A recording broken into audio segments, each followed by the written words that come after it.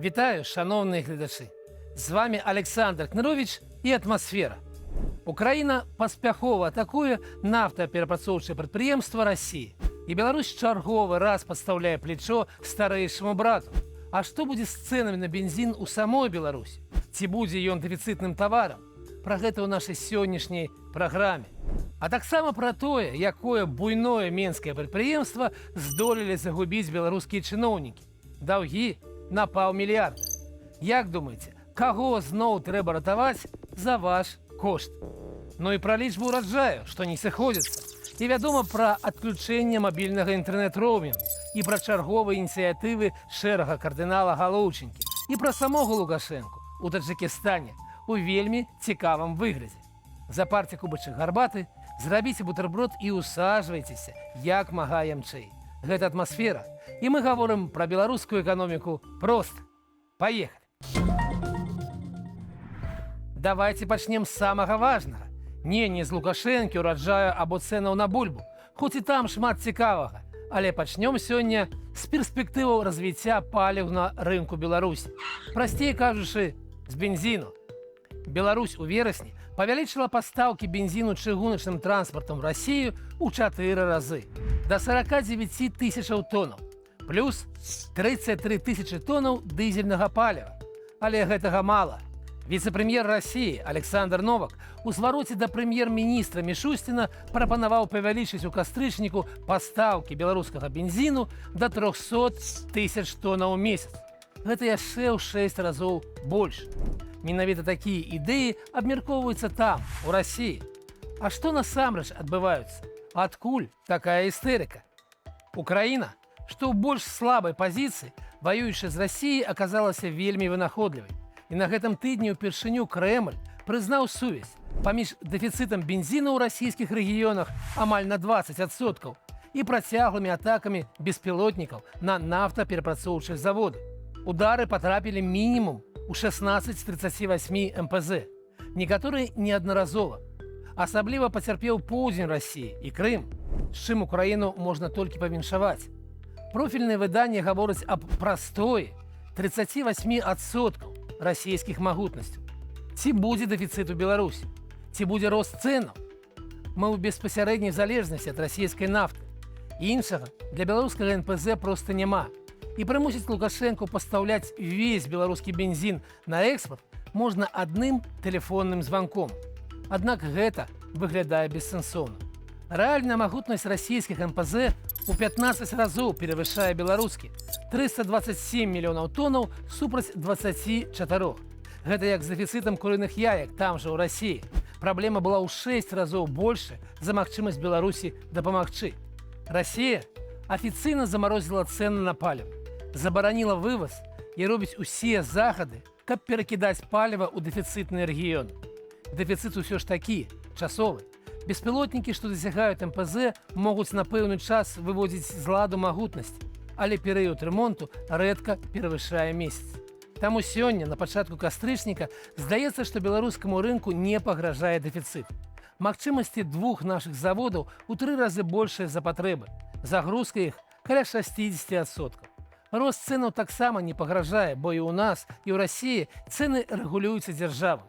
Але праз такія навіны ўсё роўна трывожна. Ці радасна? Як думаеце? Камболь – знакавае беларускае прадпрыемства. І з ім вельмі дрэнна.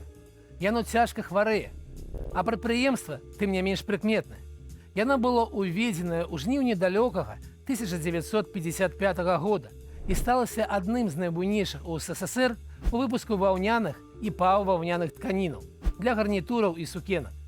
Сотні мільёнаў метраў. А потым прыйшлі 90-е. І высветлілася, што прадпрыемства не канкурэнтаздольнае. Яно моцна пакутавала, пакуль у 2012 наш геніальны прадпрымальнік не пастанавіў яго мадэрнізаваць. То, что я здесь увидел, это просто преступная безответственность. Я не говорю о том, что тут надо было все зачистить, побелить вот в этом дерьме. Нет, ну как же так? Разбитые стекла и люди, женщины работают здесь. Вы должны мне немедленно с Нечкасовым дать предложение, что здесь будем делать. Немедленно. Радасныя артыкулы тагачаснага дзяржаўнага СМІ рапартавалі пра страты. 2011 – 1 мільярд рублёў. 2012 – ужо 10 мільярдаў. Даўгі – 31 мільярд. Ай-яй-яй, трэба ратаваць прадпрыемствы. Запомнім, колькі гэта было ў доларах. Страты 2012 – 1 мільён долараў і даўгі – 3 мільёны. І вось пастанавілі зрабіць эталон, флагман, і ўлілі ў яго мадэрнізацыю 130 мільёнаў еўра. Вашы грошы. Вы не памятаеце? Разумею, вас, вядома, ніхто не пытаўся падчас рэалізацыі гэтай геніяльнай ідэі. Выдаткавалі, пабудавалі, абсталявалі. Чытаеш навіны 2017 года, цяпер як разгуляемся. Дамо краіне вугалю. Магутнасць 6 мільёнаў пагонных метраў в год пасля мадэрнізацыі. І вось, адныя туркі абяцаюць узяць 4 мільёны на год для Расіі, Ірану, Заходняй Еўропы. Ну і на мясцовы рынок дамо. 800 тысячаў. Не пакінем. Эй, разыдзіся, камволь ідзе. І чытаеш праз год. Пішуць, ну пакуль нешта не вельмі. Толькі 3 мільёны, палова ад магутнасці. Але вось у 2018 ці 2019, ну, абавязкова. Вы, дарагія мои гледачы, можете самі здагадацца, што было далей. Не першыя, не апошнія такія гульні на вашы мільёны гэтай банды ідыётаў. Па-іншаму і не скажаш. На мінулым тыдні Белпол рассакрэціў унутраныя дакументы ўраду, што апісваюць катастрофу на мадэрнізаваным прадпрыемстве. Але і гэта не сакрэт. Сам Лукашенко заявіў 3 кастрычніка, што камволь стаіць, даўгі на 200 мільёнаў, і да яго прыйшлі па грошы. Нешта засмуціўся, як быццам упершыню. 200 мільёнаў, а дакладней 240 мільёнаў доўга, гэта ў 5 разоў больш за гадавы абарот прадпрыемства. Іх трэба спісваць. Іх ніхто ўжо ніколі не верне. 740 працаўнікоў прадпрыемства працуюць за жабрацкую паводле менскіх меркаў заплату. У сярэднім 1600 рублёў.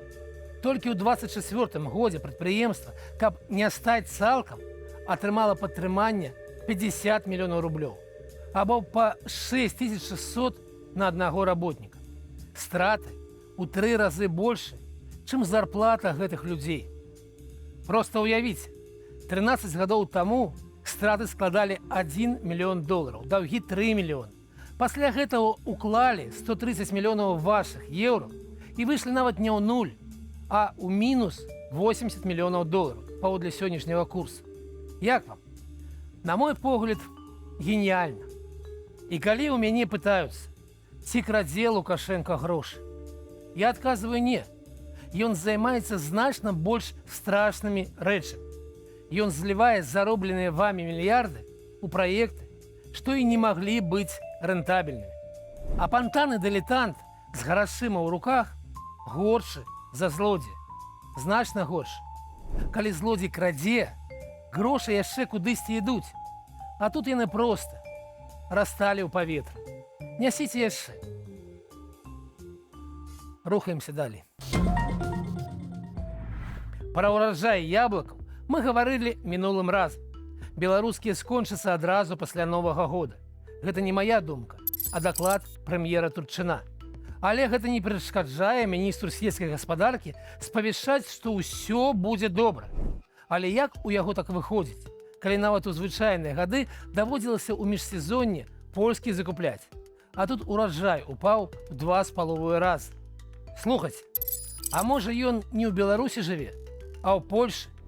Там у гэтым годзе такі рэкордны ўраджай, што фермеры скардзяцца ўраду на занадта нізкія цэны. А можа і не жыве, але ж навіны іх чытае. Каб ад нашых не сумаваць. Дарэчы, з бульбою нешта не так. Лукашенко справаздачылі, што будзе ўраджай на траціну больш, амаль мільён. Што ўраджайнасць у нас проста ўражвае. І я памятаю, як яму ў поле расказвалі. А вось Белта выдае зусім іншую карціну. Пакуль толькі 500 000 тоннаў, а ўбраныя ўжо 73% плошчы. Калі я дзялю і памнажаю, у мяне выходзіць не больш за 630 000 тоннаў. А ў вас?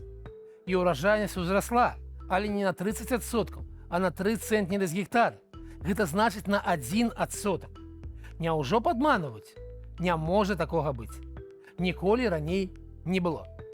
Карацей, нешта і за бульбу мне таксама трывожна. І тут Латвія.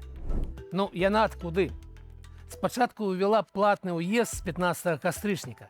Цяпер цалкам забараніла рух беларускіх аўтобусаў. Кажа, што баіцца мігрантаў. Вы верыце? Але гэта Латвія, Захад, Еўропа. Чаго ад яе добрага чакаць? Але тут і Расія, маці, падкінула нам мабільную інтэрнэт-свінню. Мы ад яе чаго чакаем? Правільна, скасавання роумінгу. А яна нам што? Беларускія аператары абвесцілі, што іх расійскія калегі 6 кастрычніка ўводзяць абавязковае 24-гадзіннае блакаванне паслуг перадачы звестак і смс для ўсіх абанентаў у роумінгу. А гэта значыць, што і для беларусаў. То бок вы можаце, напрыклад, прыехаць у Бранск. Ну, нешта вам там спатрэбілася. І во, ваш суперсучасны апарат можа цяпер толькі тэлефанаваць праз мабільную сетку. І ўсё. Такі вось прымусовы лічбавы дэтокс. Ну, трэба сказаць дзякуй за клопат, праўда? Менш патраціць, напэўна. А наш ценявы прэм'ер Роман Галоўченка адрывае ўсё новыя кавалкі ўлады у Турчына. Гэтым разам свежа сфармаваныя групы па эканоміцы Нацбанку даручылі правіць праграму на пяцігодку, распрацаваную ўрадам. Яна не спадабалася Лукашэнку. Роман Александрович, не здаецца, змагаецца за эканамічную ўладу. Як думаеце, хто каго? А ў нашай любімай рубрыцы Качанова сёння візіт нашага спартоўца, географа і фотааматара у Таджикістан на саміт лідараў краінаў СНД. Самую падзею не варта абмяркоўваць, гэта даўно ўжо мёртвая структура, якая выканала свае функцыі, мірны развод савецкіх рэспублікаў. А вось сустрэча Лукашэнкі з прэм'ер-міністрам Таджикістана ў аэрапорце мне шчыра спадабалася. Такое ў іх прыгожае плаванне ў кветках, што мне даводзілася прыкладаць намаганні, каб не ўяўляць, як ён таксама плыве у такіх жа кветках, толькі гарызантальна. Але пагадзіцеся, прыгожа. Дарагія сябры, гэта адбылося. На гэтым тыдні я пабачыў сябе у спісах грамадзянаў Беларусі, якіх шукае МУС Расіі. Гэты спіс публічны. Я там, канешне, не адзін. Нас там некалькі тысячаў страшных дзяржаўных злачынцаў. Як бы вы сябе адчувалі на маім месцы? Я не святкую гэтую падзею, не цешуся. Радавацца тут няма чаму. Але я даўно гэтага чакаў. Гэта павінна было адбыцца рана ці позна. Чаму? Бо кожны тыдзень я расказваю вам праўду пра беларускую эканоміку. Проста праўду і нічога больш. Але гэтая праўда небяспечна. Веданне небяспечна. Непісьменным напалоханым чалавекам кіраваць лёгка. Так проста ўпэўніць яго, што тое, што вакол, самае лепшае ў свеце, і што ён ні на што больш сам не здольны. Але вы ў нас зусім іншы. Я ў гэта веру. Таму я не спынюся. Я буду працягваць. Я вельмі хачу ўбачыць іншую, светлую і свабодную нашу Беларусь. Я ў яе веру. І веру ў вас, дарагія мои гледачы. Такая сёння атмасфера. З вами быў Александр Кнырович. Пабачымся праз тыдзень.